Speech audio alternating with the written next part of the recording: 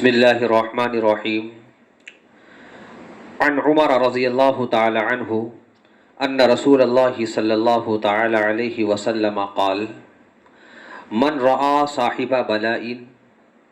ثم قال الحمد للہ الذی عافانی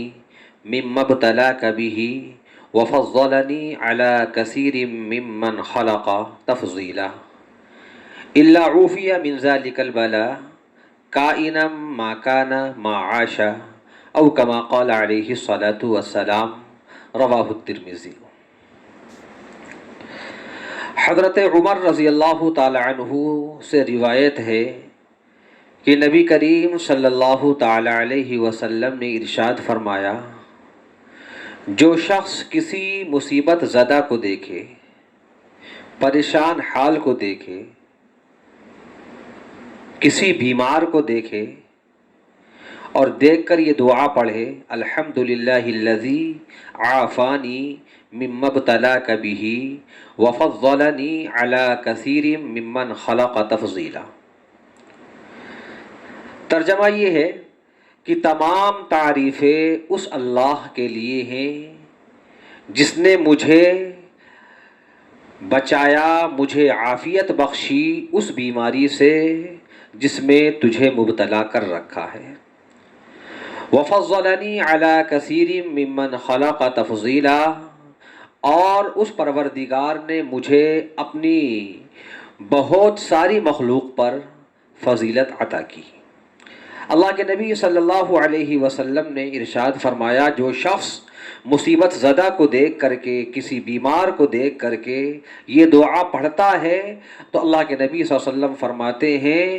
وہ زندگی بھر اس بیماری سے محفوظ رہے گا، چاہے وہ بیماری کیسی بھی ہو، جہاں بھی رہے گا اس بیماری سے محفوظ رہے گا، کوئی بھی بیماری ہو اس بیماری سے وہ محفوظ رہے گا۔ اس حدیث پاک سے ہمیں اور آپ کو ایک سبق ملتا ہے، ایک تعلیم ملتی ہے، اور ایک بہت بڑا پیغام ہمیں اور آپ کو اس حدیث پاک سے ملتا ہے کہ کسی بیمار کو اگر ہم دیکھیں تو اس کو دیکھنے کے بعد ہم اس دعا کا اہتمام ضرور کریں۔ اللہ تبارک و تعالی اس بیماری سے جس میں وہ مبتلا ہے ہمیں اس بیماری سے زندگی بھر محفوظ رکھے گا۔ مثلا اگر ہم کسی شوگر کے مریض کو دیکھیں تو ہم یہ دعا پڑھیں، اللہ تبارک و تعالی ہمیں زندگی بھر اس بیماری سے محفوظ رکھے گا۔ ہم کسی اور بڑی بیماری میں مبتلا شخص کو دیکھیں تو اس کو دیکھ کر کے ہم یہ دعا پڑھیں،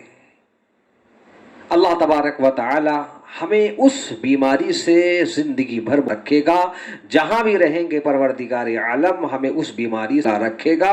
جس بیمار کو دیکھ کر کے، وہ جس بیماری میں مبتلا ہے اس کو دیکھ کر کے ہم دعا پڑھیں گے، پروردگار عالم اس بیماری سے زندگی بھر ہمیں محفوظ رکھے گا۔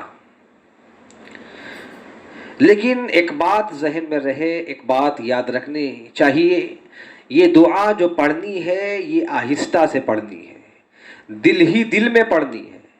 ایسے نہ پڑھیں کہ بیمار شخص جو پریشان حال ہے جسے ہم دیکھ کر کے دعا پڑھ رہے ہیں وہ سنے، اس کو سنا کے نہیں پڑھنا ہے، کیونکہ اس کو اگر سنا کے پڑھیں گے تو اس کو تکلیف ہوگی، اور اس کو ایک طریقے کی تکلیف ہوگی، اور اس کو ایک طریقے کی ٹینشن ہوگی، پریشانی ہوگی، تو ہمیں اسے سنا کے نہیں پڑھنا ہے۔ حضرت جعفر رحمۃ اللہ علیہ فرماتے ہیں کہ اس دعا کو اپنے دل ہی دل میں پڑھنا ہے، ایسے پڑھنا ہے کہ سامنے والا اس دعا کو سن نہ پائے، سن نہ سکے، لیکن اللہ کے نبی علیہ الصلوۃ والسلام کی رسالت والی زبان سے نکلے ہوئے یہ الفاظ ہیں اللہ کے نبی کی رسالت والی زبان سے جو الفاظ نکلے ان میں شک تو دور کی بات ہے، شک اور شبہ کی گنجائش بھی نہیں ہو سکتی ہے۔ اللہ کے نبی فرماتے ہیں بیمار کو دیکھ کر کے جب کوئی میرا امتی یہ دعا پڑھے گا تو اللہ تبارک و تعالی اس بیماری سے اس دعا پڑھنے والے کو زندگی بھر محفوظ رکھے گا۔ اللہ تبارک و تعالی ہم سب کو عمل کی توفیق عطا فرمائے۔ السلام علیکم ورحمۃ اللہ وبرکاتہ۔